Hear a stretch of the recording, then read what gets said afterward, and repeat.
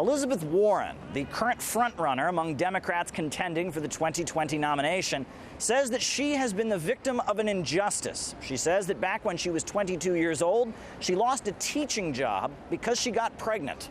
When I was visibly pregnant, about 6 months along, the principal called me in and said that he wished me luck, but he'd be more comfortable having someone else. Now, back in 2008, she was telling the story a little bit differently. You actually pursued that career. I did that for a year, and then that summer, I actually didn't have the education courses, so I was on an emergency certificate, it was called, and I went back to graduate school and took a couple of courses in education. But in 2019, it looks like she decided playing the victim card would get her a little bit farther, just like her claim to be Native American, which helped her get into Harvard University. The Democratic candidates absolutely believe that voters need a victim mentality. She needs to be authentic with voters more than being a victim to voters. It appears that she was never actually fired for being pregnant. In fact, there is a resignation letter that she apparently turned in at one point. And here's another presidential candidate. He's chosen a different role. As I've stated strongly before, and just to reiterate, if Turkey does anything that I, in my great and unmatched wisdom, consider to be off limits, I will totally destroy and obliterate the economy of Turkey. I've done before.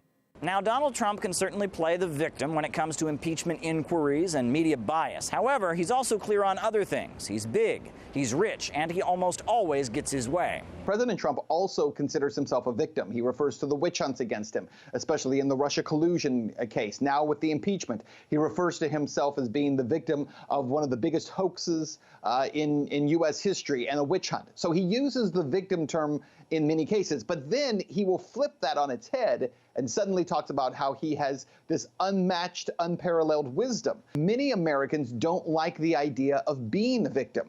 They like the idea of being a victor, of being stronger, of being a winner, as opposed to somebody who's been put down. So different camps and different means of appealing to your voters. Democrats seem to seek sympathy by showing ways they have been mistreated. 50 years ago this month, my family moved into the town I grew up in because after being denied a house because of the color of their skin, it was activists, mostly white activists. You know, there was a little girl in California who was part of the second class to integrate her public schools.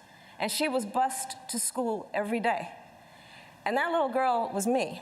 In each generation in my family, starting with my grandmother who came in 1922 from Mexico as an orphan, we found out that it's not enough in America to just work hard and for your family to work hard.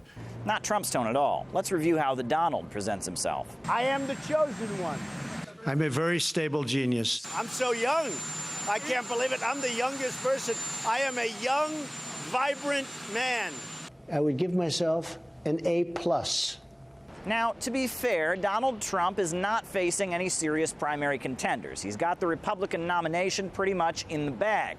But it is interesting to compare the two different approaches. The victim mentality is not the winning strategy when it comes to a general election. In the primary system in the United States, you are actually playing to only about 2 to 3% of the electorate in order to win a primary. When you get into the general election and now you're facing all voters, it's a very different mentality. I think the general sentiment of Americans is to be confident, to be strong, to not be a victim, to be a winner. Perhaps it's just a different psychology. If you're a Republican, you want someone who is strong, undefeated, and will come into office in order to make America great again.